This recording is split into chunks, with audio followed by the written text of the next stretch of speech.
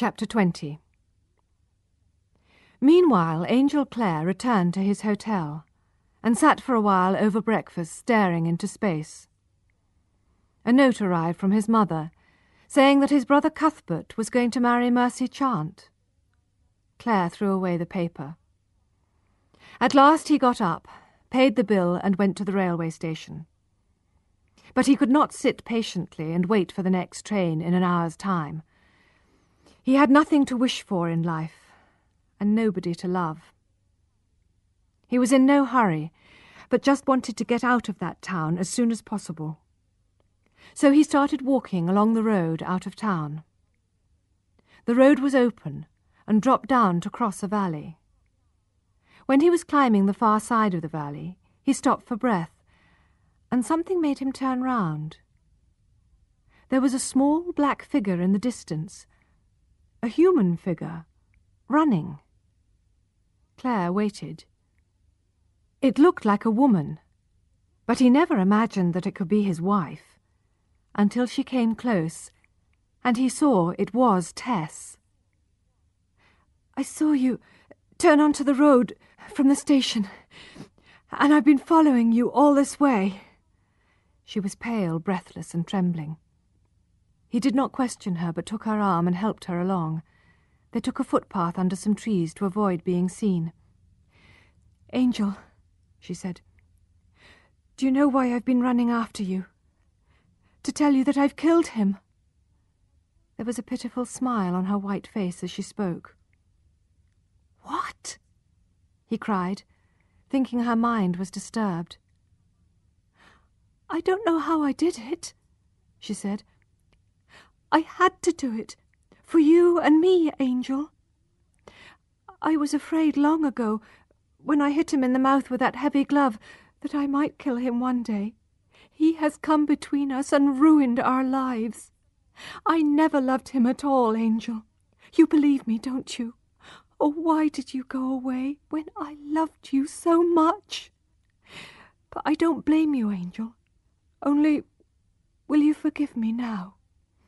I could not bear losing you any longer. I had to kill him. Say you love me now. Say you do." "Oh, I do love you, Tess. I do. It has all come back," he said, holding her tightly in his arms. "But what do you mean?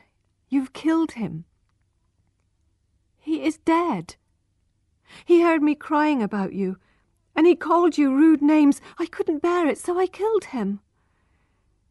Eventually, Angel came to believe that she probably had killed d'Urberville. He was amazed at the strength of her feeling, and this, it seemed, had made her forget the difference between right and wrong. She did not seem to realize what she had done, and laid her head on his shoulder, crying with happiness. He wondered if the bad blood of the d'Urbervilles was to blame for this moment of madness. However, he knew he could not leave her now. She expected him to protect her. And at last, Clare felt nothing but love for this passionate, loving wife of his. He kissed her again and again, and held her hand. "I won't leave you. I'll protect you as well as I can, my dearest love, whatever you may or may not have done." They walked on, Tess turning her head occasionally to look at him. For her, he was still perfection, despite his thinness and pale face.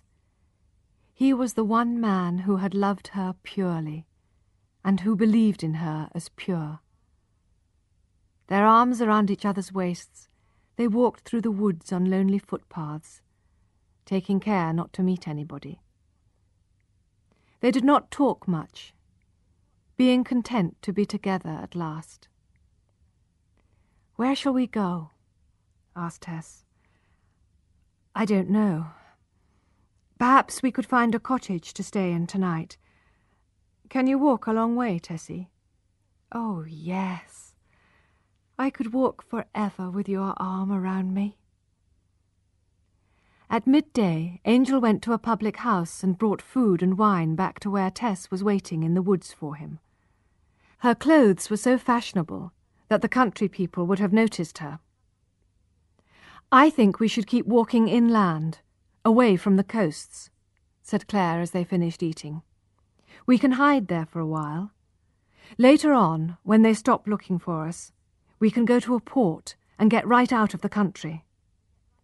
But their plans were vague. They were like two children who think only of the moment. The weather was warm and they enjoyed walking together.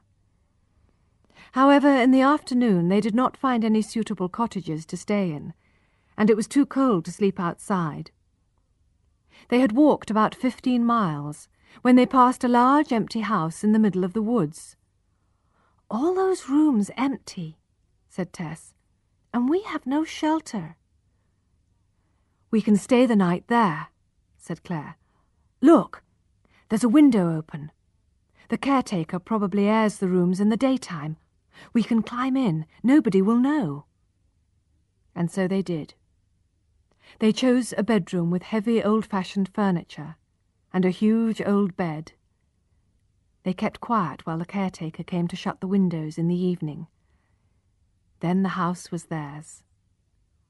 They ate some of the food they had brought and went to bed in total darkness. During the night she told him about his sleepwalking just after their wedding. "You should have told me at the time. Don't think of the past. Think of the present.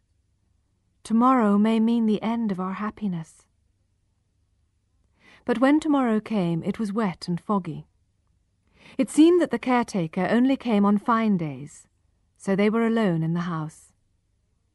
They had enough food and wine, and stayed there for the next 5 days. It was the honeymoon they had never had. They had no contact with people, and only noticed changes in the weather.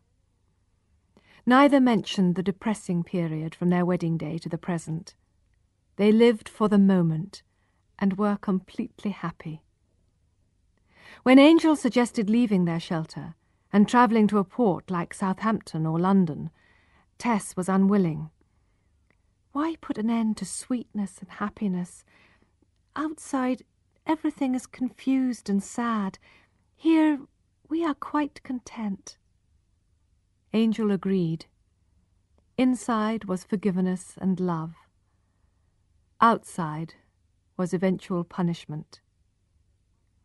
"And," she said, putting her cheek against his, "I want you to go on loving me. I'm afraid you might reject me one day for what I've done. Then I would rather be dead. I must have been mad to kill him, but I don't want to be alive when you reject me for it." They stayed for one more day, but the caretaker came early that fine sunny morning. She wanted to open the windows in the bedrooms, which she did not usually do, and opened their bedroom door. She saw the young couple lying in the big bed, fast asleep, and hurried away to tell her neighbours.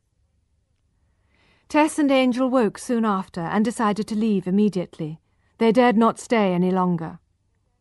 When they were in the woods, Tess turned to look at the house. "So much happiness in that house," she whispered. "My life can only be a question of a few weeks. Why couldn't we have stayed there?" "Don't say that, Tess. We'll go northwards and get to a port. They won't find us." They kept going all day and most of the night, passing the cathedral city of Melchester and reaching open land. It was a windy, cloudy night. They walked on grass, so as not to make any noise on the road. They were alone and in darkness. Suddenly, Claire almost bumped into a great stone rising up in front of him. Moving forwards carefully, they found other stones, standing tall and black against the night sky. "What on earth is this place?" Claire asked.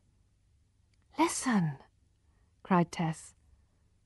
The wind playing on the huge stones produced a strange tune, like the notes of a great harp. The couple walked slowly into the middle of the great circle of stones. "It's Stonehenge!" cried Claire. "The pagan temple?" "Yes, older than the centuries. older than the d'Urbervilles. "Let's stay here tonight, Angel," said Tess, lying down on a flat stone which was still warm from the day's sunshine. "We'd better not. This place can be seen for miles in daylight." "I feel at home here," murmured Tess.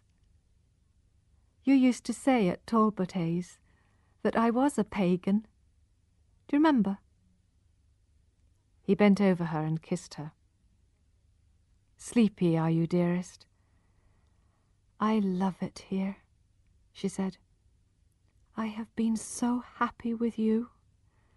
And here I have only the sky above my face. There is nobody in the world except us two." Claire thought she could rest a while here. He put his coat over her and lay down beside her.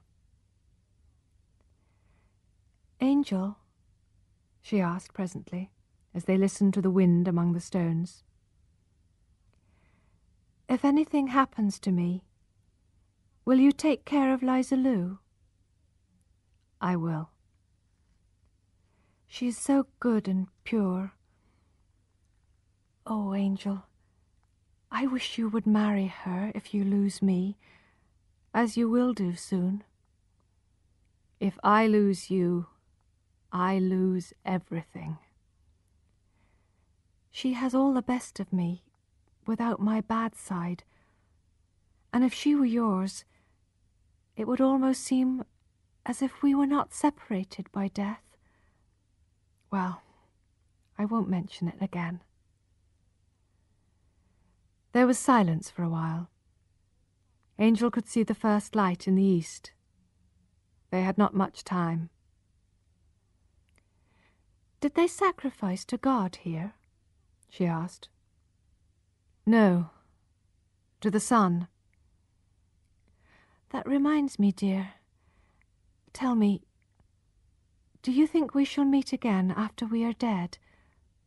I want to know." He kissed her to avoid replying. "Oh, Angel, that means no," she almost sobbed. "And I so wanted to see you again. So much, so much. Not even you and I, Angel, who love each other so much." He could not answer. Soon she fell asleep on the stone of sacrifice. The night wind died away, and the stones looked black in the half-light. Something seemed to move in the distance. It was a figure approaching Stonehenge. Claire wished they had gone on, but it was too late. He turned and saw another, and another. They were uniformed men closing in on Tess, with slow, purposeful steps. Claire jumped up wildly, looking round for a way to escape. "It's no use, sir," said the nearest policeman. "We've surrounded the place." "Let her finish her sleep," he begged in a whisper, as the men gathered round the stone. He held her hand. She was breathing more like a trapped animal than a woman. All waited in the growing light, their faces and hands silver, the stones grey. When the light was strong, she awoke. "What is it, Angel?" she said, sitting up. "Have they come for me?" "Yes, dearest, they have." "That is right. I am almost glad. This happiness could not have lasted." She stood up and went towards the waiting men. "I am ready," she said quietly. One July morning, the sun shone on two figures climbing the hill leading out of the fine city of Wintoncester. They were young, but they walked bent in sorrow. One was Angel Clare, the other Tess's younger sister, Liza Lou. Hand in hand with pale, tear-stained faces, they walked in silence. When they reached the top of the hill, they heard the town clocks strike 8. They turned quickly and looked back at the city. They could see the cathedral, the college, and the prison very clearly. A tall post was fixed to the prison tower. A few minutes after 8, as they watched, a black flag moved slowly up the post. The gods had finished playing with Tess. Society had seen justice done. Her d'Urberville ancestors slept on in their tombs uncaring. The two silent watchers dropped to the ground and stayed there without moving for a long time. The flag waved in the wind. As soon as they had strength, they stood up, joined hands again, and continued slowly on their way.